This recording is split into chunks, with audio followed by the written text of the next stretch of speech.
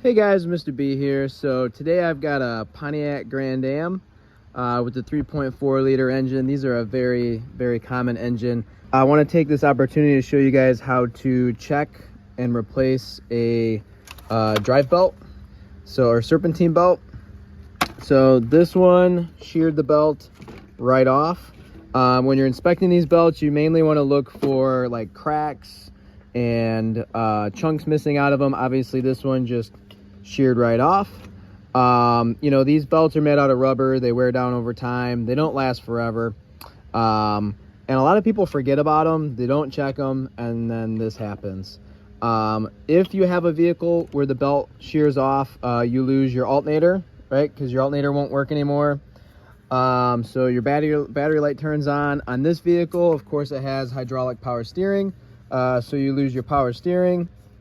It also has a belt-driven water pump, so you lose your water pump, and then the engine overheats, and you lose your air conditioning because your AC compressor's down there. You basically lose everything. So this car still runs even without the belt on, but it doesn't run for very long before it overheats, of course, because the water pump doesn't work. And it kind of sucks to drive it because there's no power steering, and then eventually the battery dies. So the belt is very important for those reasons. And I'm going to go ahead and replace this belt on this vehicle. And my recommendation is, before you take the belt off, make yourself a little drawing of the belt routing if you don't have it readily available, or you can't just look it up in the service manual. This vehicle, these GMs are known for just having the belt routing diagram right there, right in front, which is really handy. This vehicle does have an automatic tensioner. So what that means is that tensioner down there is spring loaded, and when the belt is on, it puts tension on the belt automatically. So it's an automatic tensioner. Being that the belt just sheared right off, you want to make sure that all of the pulleys are freed up, right? You want to make sure that there's no like gouges or major grooves in any of these pulleys.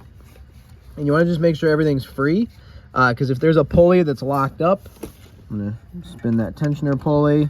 If there's a pulley that's locked up, then we got problems, right? Because if there's a pulley that's locked up, then that means that we need to go ahead and fix that issue first before we go any further. So this vehicle doesn't have any pulleys that are locked up on it. Everything's freed up. Nothing feels rough or like it doesn't want to move or spin. All the bearings on the idler pulleys feel good, and on the alternator and on the tensioner pulley. So I'm gonna go ahead and just put a new belt on it, and we'll see what happens. It's possible that the tensioner is worn down and not putting enough tension on the belt, but of course I won't know that until I put it all together. So unfortunately, on these vehicles, you do have to remove this engine mount bracket. So what I'm going to do is, before I take this loose, I'm going to actually put my floor jack up under the engine, right on the engine oil pan, right there. And I'm going to use a block of wood underneath to prevent the engine oil pan from cracking or denting. And that way I can remove that bracket safely and jack the engine up and down if I need to. And to make my life a little bit easier, I was able to easily move this cruise control module out of the way just by removing this little strap right here, and now I can gain access to that bracket. And like I said, I've got my floor jack under here with a wood block supporting the oil pan, so that way when I take that loose, the engine doesn't just drop on me. All right, so now that I got that bracket off, I've got the old belt out. I got plenty of space there to slip the new belt in. I do have a couple of belt tools I wanted to show you guys. So you can buy one like this, where this grabs onto the tensioner. There's a 3/8 drive slot in the tensioner. You can also buy a ratcheting one, which acts as like a ratchet. These are really nice for those like low profile, you know, hard to reach places. You can get all this stuff on Amazon. Of course, this one's like a Mac, that's a Craftsman, but you can buy similar tools on Amazon. You can rent them from the parts stores. There's ways to get those for pretty cheap if you need to. So the way it works is there's a square down in there that it fits into, and as I pull on that tool, it releases the tension. So as I pull on it, or put, I guess this one's push, as I push on it, it moves that tensioner pulley so that I can slip the belt into place.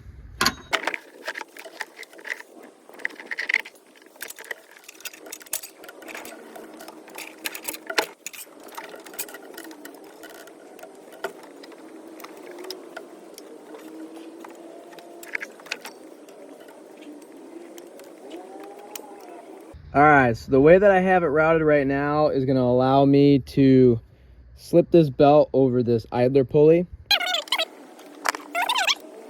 Slip it over that pulley, and then you just want to make sure that everything is in the grooves, so that way it doesn't, you know, wear down super quickly. You don't want the, you know, the grooves of the belt to be in the wrong spot, otherwise it will break. All right, so as you can see,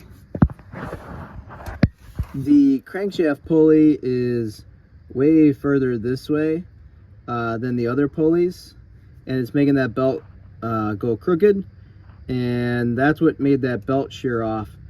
So we definitely have an issue there, and I didn't really notice it till I put the new belt on.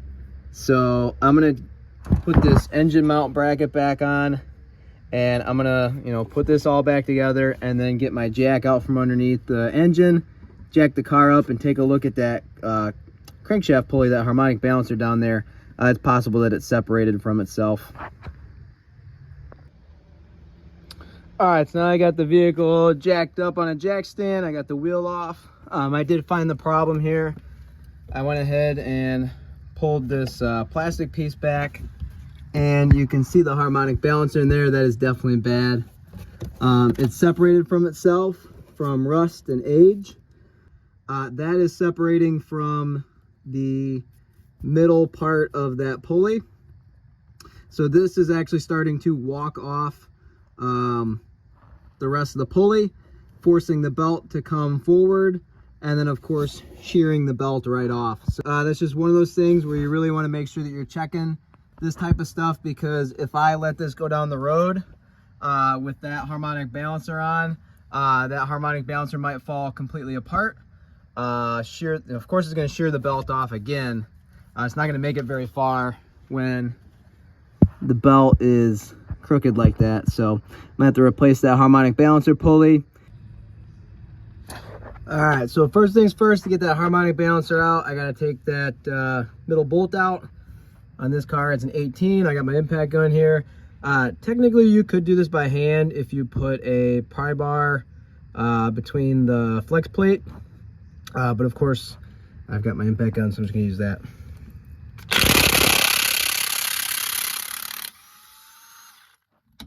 And what I'm going to do next is I'm going to use my bolt grip puller to take this out. There's threaded holes, 3 of them, that we can use to pull that pulley off. So now that I've got this set up, I've got the screw in the bolt grip puller, and it's bolted to the middle of that harmonic balancer crankshaft pulley. And when I turn this screw, it pushes on the crankshaft, which pulls this pulley off. What I've got on the end of that is a cone a little bit bigger than this on the end of this screw, so that it pushes up against the crankshaft and doesn't mess up the threads.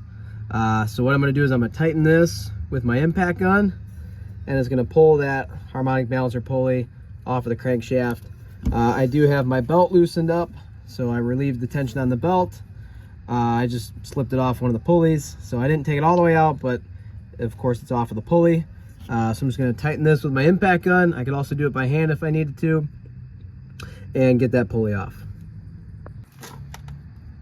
So I did end up moving this power steering line out of the way, and I did take loose that bracket up on top for the engine, and I've got my floor jack under the engine. I lowered it down, hoping to be able to get clearance to get this out, and I did not. Of course, the pulley did slip off quite a bit, but I'm gonna go ahead and take my bolt grip puller off and see if I can walk it out the rest of the way by hand. All right, so I got it all set up again. It did not come off by hand. It was not that far off yet. But what I did do is I took the plastic clips loose over here for these AC lines. My apologies, guys. I think I said they were power steering lines. These are actually air conditioning lines because they go, that one goes over to the accumulator. So either way, I had to remove these lines from the body. I didn't have to take them apart or anything. Of course, just remove those plastic pieces, and I'm able to kind of tweak the line a little bit and pull it back enough without breaking it to get this off, hopefully. So I'm going to go ahead and zip it off some more and see what happens. There it goes.